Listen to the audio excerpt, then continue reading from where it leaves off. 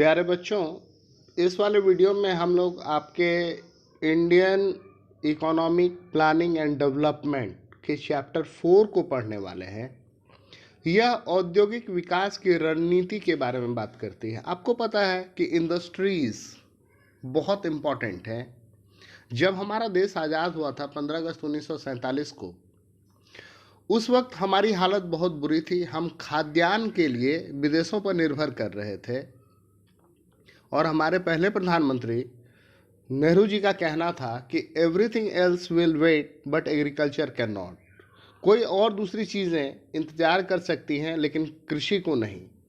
कृषि आएगा लेकिन कृषि के लिए कुछ आधारभूत उद्योगों का भी होना आवश्यक है। अगर आप खेती करेंगे, आपको ट्रैक्टर चाहिए, आपको यूरिया चाहिए, आपको थ्रेसर चाहिए, आपको कंबाइन मशीन चाहिए, आपको हार्वेस्टर चाहिए, आपको पंप सेट चाहिए।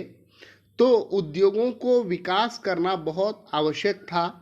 और जो हमारी द्वितीय पंचवर्षीय योजना थी, उसके लिए यह और भी महत्वपूर्ण हो गया कि हम रिपेयर करें अपनी इकोनॉमी को, जो हमने पहले प्लान में किया। और दूसरे प्लान में हमने क्या किया?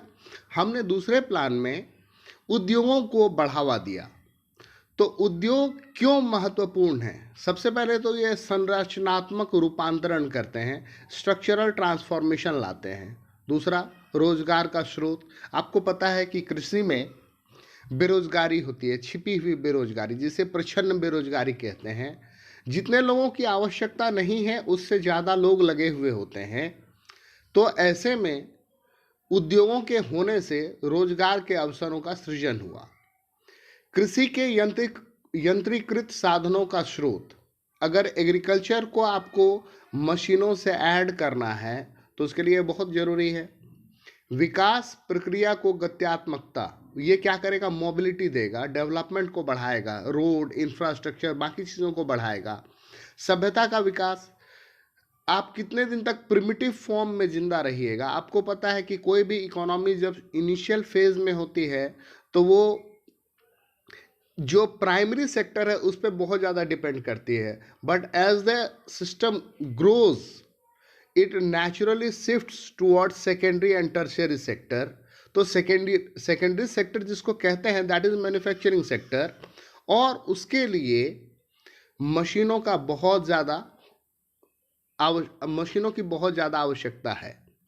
आधारभूत संरचनात्मक विकास, यह आपको क्या करेगा? ट्रांसफॉर्मेशन देगा। औद्योगिकीकरण विकास के लिए एक अनिवार्य शर्त है। अब इसमें गवर्नमेंट की भूमिका क्या है? निजी उद्यमियों के पास पूंजी का अभाव होगा और निजी उद्यमी क्या चाहेंगे कि हम ऐसे इंडस्ट्रीज में पैसा डालें जो ज़्यादा प्रॉफिट ओरिएंटेड हैं। निजी उद्यमी, उनमें प्रॉफिट मेन पर्पस होगा, वो समाज कल्याणकारी ऐसी चीज़ों से बचना चाहेंगे। और समाज का समाजवादी ढांचा भी है, जहाँ पर समाज की जो सरकार है उसका उद्देश्य लाभ कमाना नहीं, maximum benefit to maximum person ये पहुँचाना है। 1950 से 1990 तक कैसे ट्रांसफॉर्मेशन हुआ, इसके बारे में बात करते हैं। कुछ अच्छे प्रभाव भी हैं, कुछ बुरे प्रभाव भी हैं। विशेषताएं। रोजगार के उद्देश्यों को प्राप्त करने के लिए छोटे पैमाने के उद्योगों का विकास किया जाना था, जो स्मॉल स्केल इंडस्ट्रीज, ताकि बड़े शहरों की ओर माइग्रेशन रुके।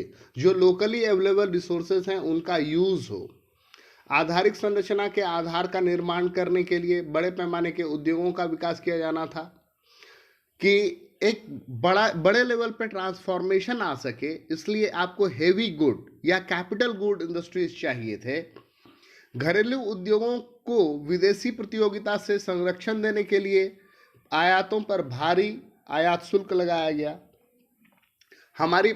हमारा पर्पस क्या था कि हम नेसेंट इंडस्ट्री लॉजिक देते थे कि अभी हमारी अर्थव्यवस्था पिछड़े हालात में है और हमें आवश्यकता है क्या कि हमारे उन उद्योगों की सुरक्षा हो।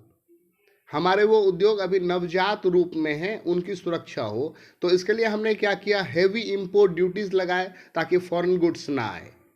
आयात प्रतिस्थापन पर अधिक बल दिया गया। इंपोर्ट को सब्स्टिट्यूट किया गया। एक्सपोर्ट को प्रमोट करने के लिए औद्योगिकरण की प्रक्रिया में सार्वजनिक उद्यमों को एक केंद्रीय भूमिका निभानी थी। औद्योगिकरण की प्रक्रिया में निजी उद्योगों को द्वितीयक भूमिका निभानी थी। जो प्राइवेट सेक्टर है वो सेकेंडरी रोल में जाएंगे। अच्छे प्रभाव क्या हुए? आर्थिक विकास को बड़ा धक्का लगा पॉजिटिव सेंस में, और औद्योगिक उत्पादन में 6% की वृद्धि हुई। औद्योगिक क्षेत्र में सुस्पष्ट विविधीकरण देखा गया। बड़े पैमाने के उद्योगों के विकास से भारतीय अर्थव्यवस्था को आधारिक संरचनात्मक दृढ़ता प्राप्त हुई। सामाजिक न्याय के साथ विकास के उद्देश्य की प्राप्ति में छोटे पैमाने के उद्योगों के विकास का ठोस योगदान रहा। बुरे प्रभाव: सार्वजनिक क्षेत्र में एकाधिकार की उत्पत्ति धीरे धीरे अकुशलता, भ्रष्टाचार, चोरी आदि के रूप में एक सामाजिक महामारी के रूप में साबित हुई। जो गवर्नमेंट सेक्टर है वहां पर अकाउंटेबिलिटी नहीं थी, भाई भतीजावाद की प्रथा आ गई, अकुशलता और भ्रष्टाचार, जिसके वजह से क्या हुआ कि जो सिस्टम था वो कोलैप्स करने लगा और गवर्नमेंट इंडस्ट्रीज जो है वो instead of giving profit decline में चले गए, लॉस देने लगे। सार्वजनिक क्षेत्रों के उद्योगों को भारी हानि के कारण देश में अनेक दुर्लभ राष्ट्रीय संसाधनों का सही से प्रयोग नहीं हुआ। घरेलू उद्योग अंतर्राष्ट्रीय स्तर की गुणवत्ता प्राप्त करने में विफल रहे। आयात प्रतिस्थापन से विदेशी विनिमय के भंडार न्यूनतम सीमा को छू रहे थे। विदेशों से ऋण लेने के लिए विश्व बैंक के पास अपने सोने के भंडारों को गिरवी रखना पड़ा। औद्योगिक विकास की रणनीति, हमने क्या रणनीति अपनाई? सन 1956 की औद्योगिक नीति, राज्य सरकार की प्रमुख भूमिका का घोषणा पत्र। 1956 की औद्योगिक नीति की मुख्य विशेषताएं: उद्योगों को 3 ग्रुप में बांटा गया। पहले तो गवर्नमेंट सेक्टर, प्राइवेट सेक्टर और सार्वजनिक plus government plus private. Licensing और औद्योगिक रियायतें, ये लाया गया कि लाइसेंस मिलेगा और अगर आप एक पर्टिकुलर सेक्टर में लगा रहे हैं, एक पर्टिकुलर जगह पे लगा रहे हैं तो आपको क्या होगा, सब्सिडी भी मिलेगा। उद्योग आर्थिक विकास की आधारभूत संरचना के आधार के रूप में इसमें आयरन, स्टील, ट्रांसपोर्टेशन और बड़े पैमाने के उद्योग। रोजगार के लक्ष्यों की प्राप्ति के लिए छोटे पैमानों के उद्योग, ये वे उद्योग हैं जिनमें 5 करोड़ से अधिक पूंजी का निवेश नहीं होता है। छोटे पैमाने के उद्योग की 3 विशेषताएं: छोटे पैमाने के उद्योग श्रम वहन, इस कारण रोजगार पूरक होते हैं। ये बेसिकली लेबर डिपेंडेंट होते हैं, इसमें कैपिटल इन्वेस्टमेंट कम होता है और ह्यूमन रिसोर्स ज़्यादा यूटिलाइज होते हैं एंड देयरफॉर ये ज़्यादा एम्प्लॉयमेंट अपॉर्चुनिटी भी जनरेट करते हैं। छोटे पैमाने के उद्योग में स्थान निर्धारण संबंधी लचीलापन पाया जाता है। आप उसको कहीं भी लगा सकते हैं, आराम से, जरूरत पड़ने पर मोबिलिटी होती है। छोटे पैमानों के उद्योगों में कम निवेश की जरूरत होती है। तो इस तरीके से हमने चैप्टर 4 का समरी लिया।